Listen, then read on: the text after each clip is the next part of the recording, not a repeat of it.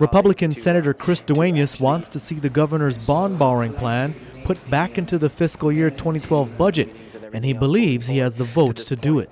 Obviously, in this current version of the bill, the substitute version, the bond measure has been removed, and I'm in disagreement with that. So I think what I'm going to do is work with my colleagues to actually consider this and move it again when we get to the miscellaneous provisions of the budget, and I believe I'll have the votes at that time. Meanwhile, Speaker Judy is backing Senator Ben Pangelinan's idea of removing the bond borrowing portion from the budget, saying that layoff notices and the governor's 10% pay cut for he and his senior staff are all tactics that the governor is using to bully the legislature into passing the bond. They're trying to make it look and tie it into this bond again.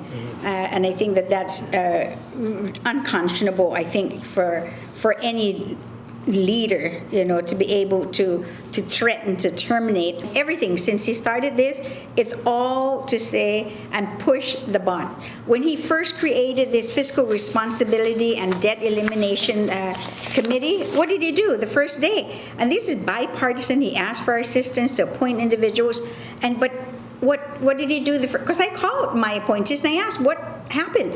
He said, well, all he did was promote, of course, his bond borrowing.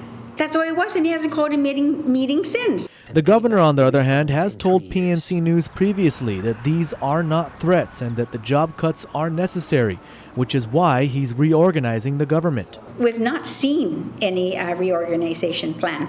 We don't know when it's going to be implemented. We don't know how it's going to be implemented. We don't know who it's going to be affected. The governor's office issued a statement to PNC today saying, quote, "Absent legislative solutions, these are the ways Governor Calvo is cutting costs to pay more tax refunds," end quote. Senator Ben Pangelinan says he has a solution to paying tax refunds on a monthly basis that would pay out $105 million a year. But the administration has also said that they currently owe about $105 million a year in refunds, which means they wouldn't be able to catch up on refunds owed for prior years. We will be able to catch up. Every additional revenue we collect, the governor's $157,000 in salary savings to pay off the refund, that helps, So every single savings we make, we put it back towards the payment of refunds. Senator Pangelinan's goal is to get GovGuam into the practice of staying current with its tax refund payments. And then maybe he'll consider borrowing some money on the bond market to pay out old refunds. I think we can take a look at that. We can get the 1/4 of the year out.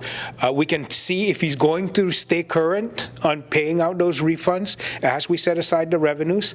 And if he demonstrates a commitment to do that, then I think we can look at other alternatives on retiring the old income tax refunds faster. Through some sort of borrowing measure. That's correct.